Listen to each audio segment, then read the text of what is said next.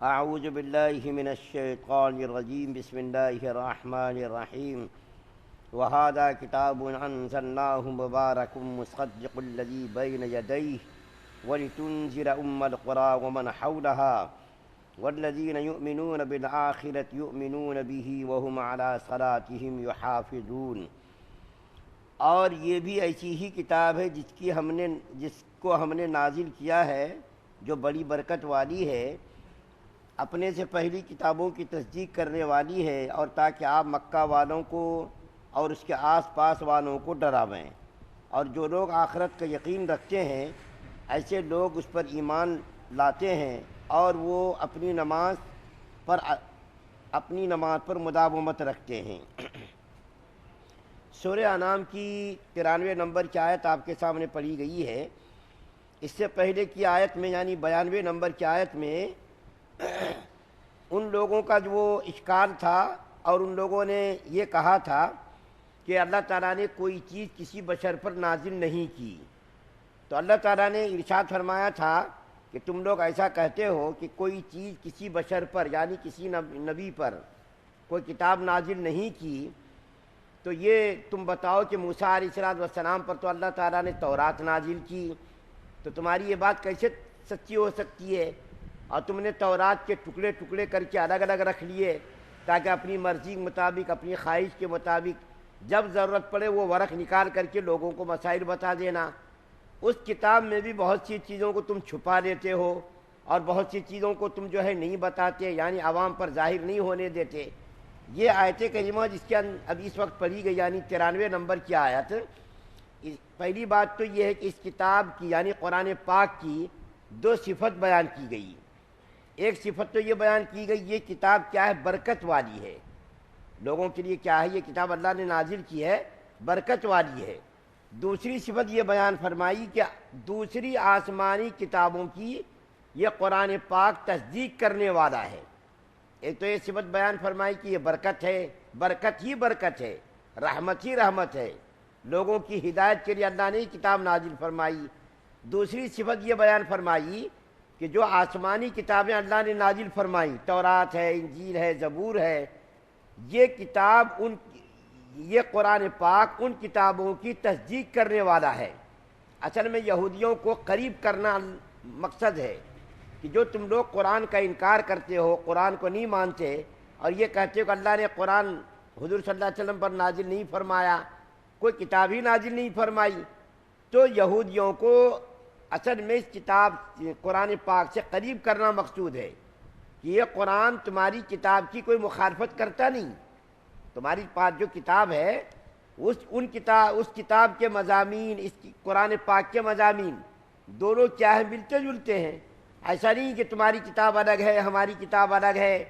ان کتابوں کی یعنی جو تمہارے پاس ہے اور تورات ہے، انجیل ہے، زبور ہے، انہی کتابوں کی تصدیق کرنے کے لیے یہ کتاب اللہ نے نازل فرمائی ہے۔ اور ایک مضمون یہ اس آیت کریمہ کے اندر بیان فرمایا کہ قرآن پاک کے نازل کرنے کا کیا مقصد ہے؟ لتنذرا، تاکہ آپ ڈرائیں مکہ والوں کو اور مکہ کے قرب و جوار والوں کو۔ یہ مکہ کا ایک نام ہے، ام القری۔ ام کے معنی آتے جڑ کے، بنیاد کے۔ کسی چیز کو جب بنانا مقصود ہوتا ہے تو پہلے اس کی جڑ کھودتے ہیں، جڑ کھود کر کے اس کے اوپر عمارت قائم کی جاتی ہے۔ درخت کی جڑ ہو یا عمارت کی جڑ ہو تو جڑ جتنی مضبوط ہوتی ہے اتنی ہی عمارت اور اس پر قائم ہونے والا جو مکان وغیرہ ہے اتنا ہی وہ مضبوط ہوتا ہے۔ اسی طریقے سے اللہ تعالیٰ نے تاریخ کی کتاب میں لکھا ہے کہ زمین و آسمان کی پیدائش سے پہلے اللہ تعالیٰ نے سب سے پہلے مکہ کو بنایا، مکہ کی سرزمین کو پیدا کیا، پھر اسی سرزمین سے ساری کائنات کو پھیلایا۔ تو یہ مکہ کیا ہے؟ کائنات کے لیے جڑ ہے، بنیاد ہے۔ اور یہ ام کے معنی آتے ہیں، ماں کے بھی آتے ہیں، ام کے معنی ماں کے بھی آتے، جڑ کے بھی آتے، بنیاد کے یہ اس کے ام کے معنی آتے۔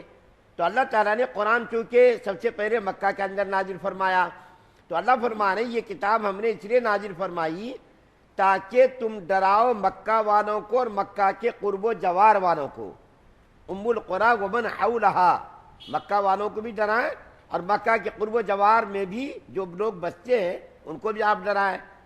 تو یہ قرب و جوار سے مراد مفسرین نے دو معنی لیے ہیں۔ ایک معنی یہ بیان کیا ہے کہ مکہ کے جو آس پاس لوگ بستے ہیں آپ ان کو ڈرائیے۔ اصل میں اس زمانے میں مکہ بہت بڑا جو شہر تھا، بڑے بڑے بازار لگتے تھے، تو قرب و جوار کے لوگ مکہ میں آتے تھے، مکہ کے بازاروں میں اپنا سامان بیچنے کے لیے، سامان خریدنے کے لیے تو مکہ کے اندر آتے تھے۔ تو اللہ تعالیٰ کیا فرما رہے ہیں کہ آپ ان کو ڈرائیں اور قرب و جوار کے جو لوگ ان کو بھی ڈرائیے آپ۔ دوسرا معنی یہ بیان کیا ہے قرب و جوار سے مراد ساری کائنات ہے۔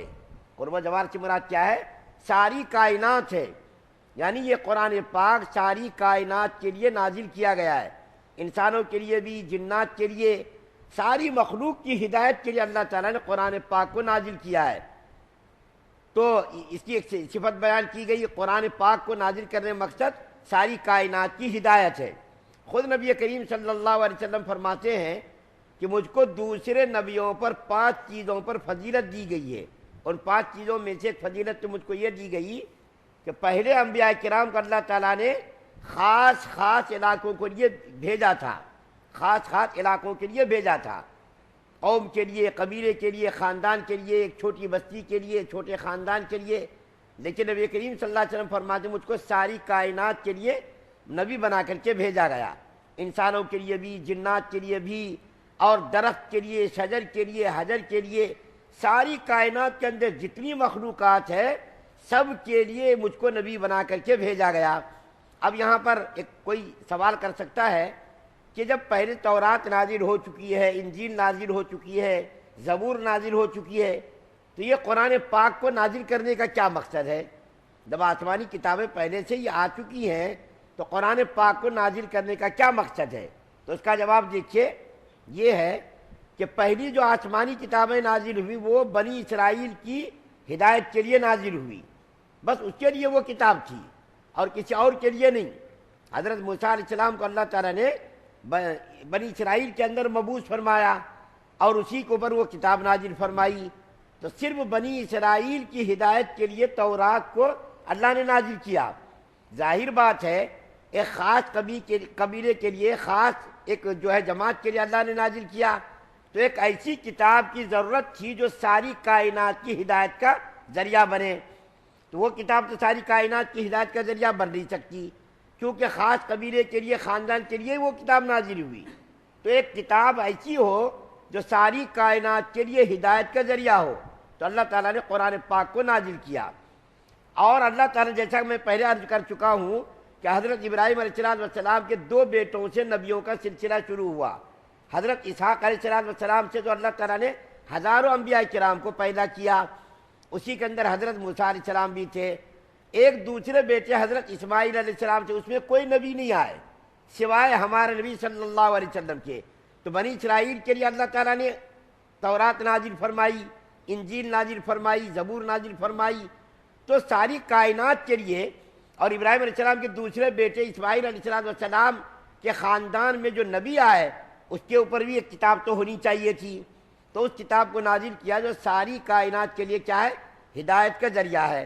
اور ایک بات اس آیت کریمہ کے اندر اللہ فرماتے ہیں جو لوگ ایمان لانے والے ہیں اور آخرت پر یقین کرنے والے ہیں، وہی لوگ، جو لوگ ایمان لانے والے، آخرت پر یقین کرنے والے، وہی لوگ نماز پر مداومت بھی کرنے والے ہیں۔ جس کا ایمان نہیں، آخرت پر یقین نہیں، تو وہ لوگ کیا نماز ادا کریں گے؟ اس کو نماز سے کیا غرض، کیا مطلب؟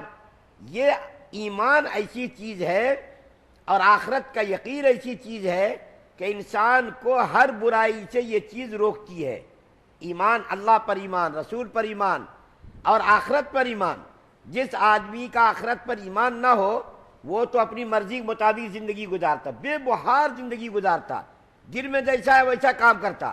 لیکن جب کسی کے دل کے اندر ایمان اور یقین پیدا ہو جاتا ہے اور آخرت کے اوپر یقین پیدا ہو جاتا ہے، پھر وہ قدم پھونک پھونک کر زندگی گزارتا، اللہ کی مرضی کو دیکھتا ہے کہ کس کام کے اندر اللہ کی مرضی ہے اور کس کام کے اندر اللہ کی مرضی نہیں ہے۔ جس کام کے اندر اللہ کی مرضی ہوتی ہے وہ کام مومن کرتا ہے، اور جس کام سے اللہ منع کرتا ہے اس کام سے رک جاتا ہے۔ یہ آخرت کا یقین اور ایمان، یہ دو چیزیں نیکیوں پر آمادہ کرنے والی ہیں اور برائیوں سے روکنے والی ہیں۔ یہ دو چیزیں، جتنا ایمان مضبوط ہوگا، اللہ کی ذات پر جتنا یقین مضبوط ہوگا اور آخرت پر جتنا یقین اور بھروسہ ہوگا، اتنا ہی آدمی برائیوں سے رکے گا، نیکیوں کا داعیہ اور نیکیوں کا جذبہ پیدا ہوگا۔ اور آدمی کا ایمان جتنا کمزور ہوگا اور آدمی کا ایمان جتنا پھسپھسا ہوگا، اللہ کی ذات پر جتنا بھروسہ کم ہوگا، آخرت پر اس کا یقین جتنا کم ہوگا، اتنا ہی وہ آدمی جری ہوگا، اللہ سے بے نیاز ہو کر کے کام کرے گا۔ دل میں آیا جو رشوت لے لیا، دل میں آیا کسی کو دھوکہ دے دیا، دل میں آیا جھوٹ بول لیا، دل میں آیا دغا بازی کر دی، دل میں آیا امانت میں خیانت اس نے کر دی، یہ سب چیزیں ایمان کی کمزوری کی وجہ سے ہے، آخرت پر یقین کی کمزوری کی وجہ سے ہے۔ آخرت پر یقین مضبوط ہو، اللہ کی ذات پر یقین مضبوط ہو، پھر یہ برائیوں سے رکے گا اور نیکیوں کو انجام دے گا۔ تو اس آیت کریمہ کے اندر بہت سارے مضامین کو اللہ تعالیٰ نے بیان کیا ہے۔ اصل میں یہودیوں کو قریب کرنا مقصود ہے کہ تم قرآن سے کیوں دور ہو رہے ہو؟ تورات اور انجیل جو کتاب ہے، یہ دونوں کے مضامین تو ملتے جلتے ہیں، تو تم ایمان لاتے ہو تورات پر ایمان لاتے ہو اور قرآن پاک پر ایمان کیوں نہیں لاتے؟